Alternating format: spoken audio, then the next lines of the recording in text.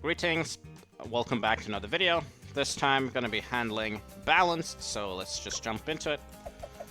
So balanced, oh, the golden balloon is here. That's fun, but it doesn't appear in the chimps mode though. But I don't think it appears, but that doesn't really matter. That is something different entirely. So, balanced is probably my favorite map in the game. I just love playing this, especially because I love the tack shooter, one of my favorite towers. So, yeah, we're gonna be doing the, I guess I'll place on the tack shooter first. We're gonna be doing balanced, and this is the perfect map that, like for the tack shooter, like the best possible map, you could say. It is like the dream map of the tack shooter when just a 0-0-0 tack shooter is actually able to take down both round 6 and 7. And you'll be wondering, like, how does that even happen? Well, it is just a perfect spot for it, right there, in the middle. And, yeah, this was the map where, when Sauda was introduced, so I thought I would spend time on, or I would be using these two towers here, for this map and see how it goes. But yeah, this is pretty much the ultimate tack shooter placement that you can get. It is just the perfect placement, and it is going to be a tack shooter with an insane amount of range as we work our way towards the infernal ring, which is the upgrade that we are going for. So would be this one, Inferno ring. I always say infernal, but it is Inferno ring. But yeah, so we're gonna get that. Naturally, what's gonna be part of this challenge is the save up, which is pretty massive.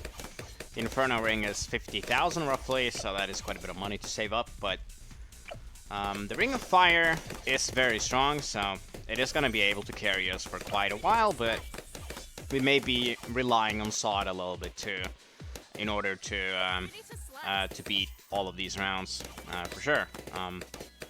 But yeah, there isn't too much to say about it.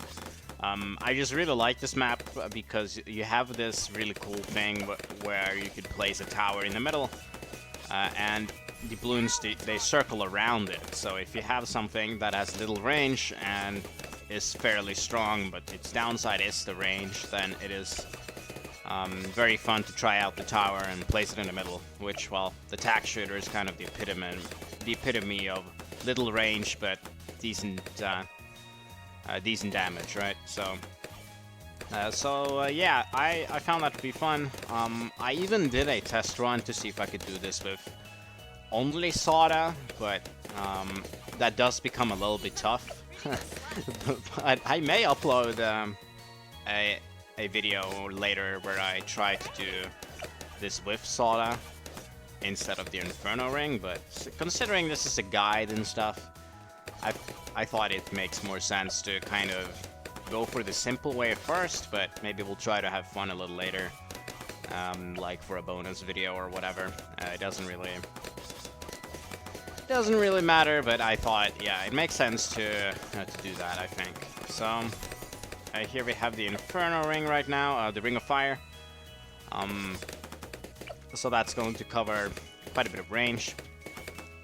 But that is just the beginning, because we don't have any additional help, so we're gonna be getting a village shortly, and then afterwards we get the alchemist. So those things makes for a fairly strong Ring of Fire, but the Ring of Fire later on is gonna be, it's not gonna be strong enough to handle a lot of Moabs, so you need Sauda as well. So that's kind of the reason why we have her. I did try to see how Inferno ring only would do, but we have big problems for purples and such. So yeah, having Sauda is the way to go, and well, she's only 650 bucks, so it wouldn't make sense to not pick her for the map.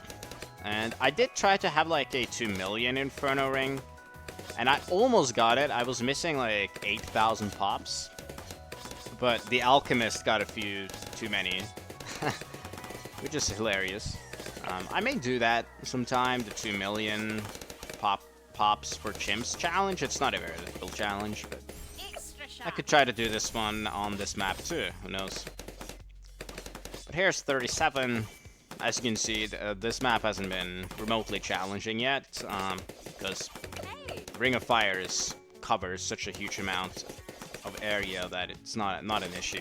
But eventually, it could be an issue, as we get DDTs and a lot of Moabs on the screen, so we'll see how that goes. But for now, things are going very smoothly. Gonna be getting a camo village as soon as we can here. I think Sauda is strong enough around 42, but might as well get it before that to be safe. I'll wait, why not? Here's the Moab, and Sauda does quite a bit of damage on that, so without Sauda, I think that Moab may actually not get popped. I did some testing on that earlier. I think I needed Elk or something to get it. But let's check 42 now, just before we get the radar scanner, and yeah, it is good enough, but not by a huge amount. So let's get the radar scanner. Yeah, surely we would leak on 51, so that's why we get the camo village there. And here it's time for the buff. Can I place the Elk inside the village? I can, okay. Not that it matters too much though, but this is a great spot, and then we can do stronger simulant. And which path do I want? I guess I'll go for the stronger buff. Downside is that it is a little bit slower to be applied, but that's fine. And here, there is nothing more to do than just wait until we get 49,000. I think we get that in the beginning of the 80s, if I'm not mistaken. Maybe a little... Yeah, I don't think we get it before. I mean, we could. It's possible we get close to it before, but I don't think so. I think it is around the 80s that we get that, so...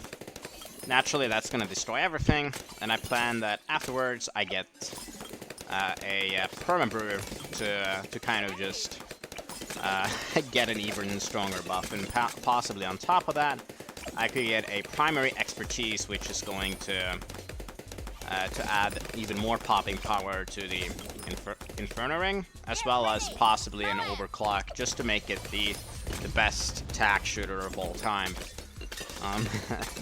Naturally, there's more buffs that you can apply, like a temple buff and stuff, but that is kind of outside of our scope here.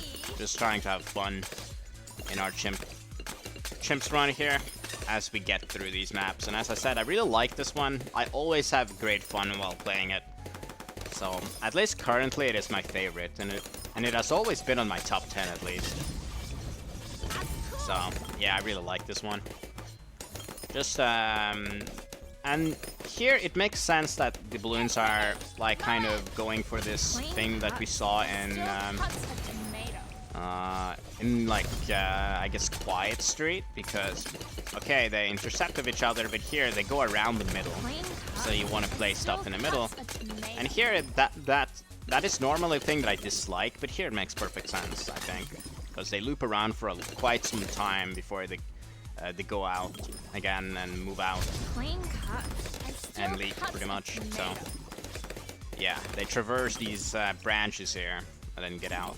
I just think it's a very nicely designed map, and it's a perfect map for Sauda, and that's how she was introduced, as I said earlier. But yeah, there isn't too much to say. I think this is map number... Is this intermediate map number 9? I think it is. And afterwards we have Encrypted, Bazaar, Adore's Temple, Spring, I think. Yeah, so we're getting there, And then at the very end we have the easiest ones. We have a Spillway, no, not Spillway, what is it, Stream Bed, I think? Or Steam Bed? I don't remember. But that one is very easy, as well as Cracked, and I think those are the last two. And as well as Spice Islands, that's also a fairly easy one. So, a lot of easy stuff at the very end, but we gotta get through. We gotta get through Chutes and Rake though. Those two are pretty tough. So yeah, the toughest one is probably the one we did last time, which is Planarius Prime. That's a pretty tough one. One of the tougher intermediate ones for sure. You know, I feel like I'm repeating myself a lot in these videos, but honestly, I don't always know what to say, especially when all we're doing is to look at the balloons coming. There's no strategy or nothing. All we're doing is to save up for the Inferno ring, and then that's it. But yeah, that's how it is, you know, when I decide to do these recordings. But since I like this map so much, I thought it would make more sense to actually do the recording than instead just recording the gameplay without talking, which is honestly what I prefer. But you know, like the lazy, if I can be lazy, I'll happily be lazy. Like the simplest approach. That's kind of how I deal with most things, honestly. I just like the simple, clear-cut approach to things. I don't like to unnecessarily complicate things. Same thing goes for chess, actually. It's kind of a huge factor in chess, that you would try to take the simple route if you can. And I do like to do that. Kind of apply that to most things, but especially YouTube is, you know, it's not exactly something I take very seriously. I mean, I have had an account for a lifetime at this point, like 15 years, I believe it has been. Like, I started out when I was like 10, and now I'm like, this year I'm 26 and I have 2 kids and such, so it's been a huge ride. But in general though, I don't take it seriously whatsoever. I don't expect anyone to watch, commentate, like, whatever. I just try to have fun with it, and that's also why I've been able to sort of continue uploading videos for the last years. I mean, I've been quite inactive at some points, but I still have been uploading. So yeah, and I just got this idea, and this idea has been, I'm really glad that I did it. It's been way more fun than I kind of expected. Because, you know, it's kind of a chore to do all of these maps, but when it is for a video, it's a bit more interesting than if you do it without the video, I think. And since it is sort of a project for the channel, it made more sense. And it's gonna be nice to have a playlist where every single map in the game has been completed. Then we will see if people actually like that. But yeah, I realized that I was completely wrong regarding the money. We got way more money a lot faster, so we have 50k right now. As things are getting a little bit dicey, actually, I will see how long the Ring of Fire can last, though. I'm curious if it can last around 80.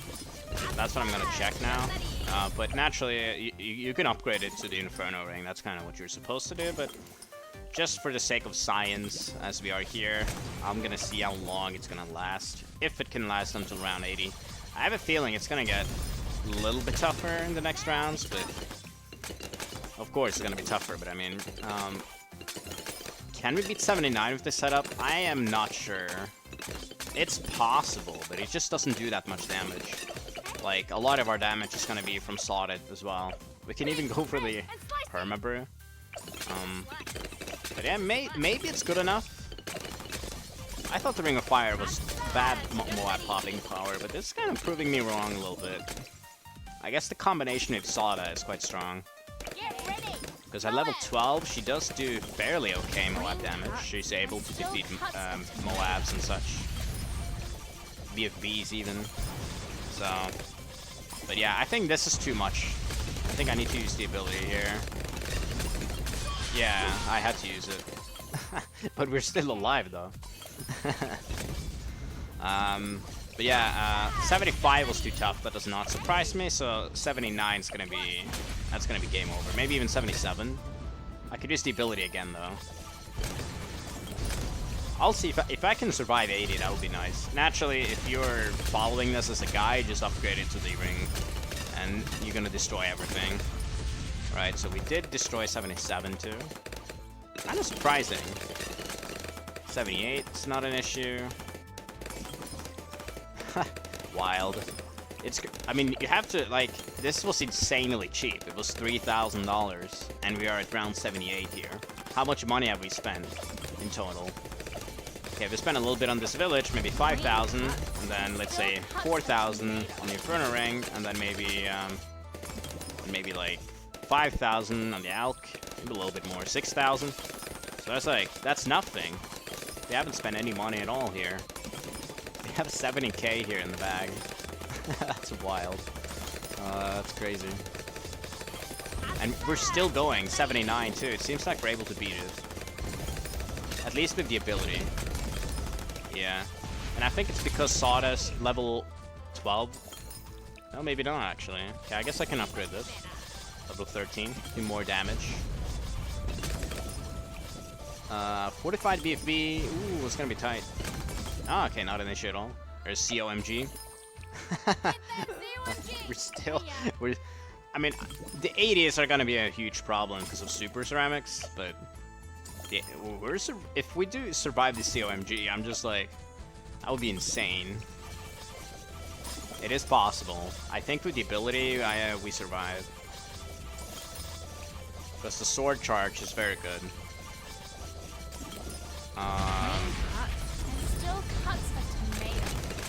Yeah, there we go. So barely survived there, but anyway, enough research. It's just better to get the ring. There's no need to have to go crazy here. So even like I was able to save like 25,000 extra dollars more than what I did. So that's kind of wild actually.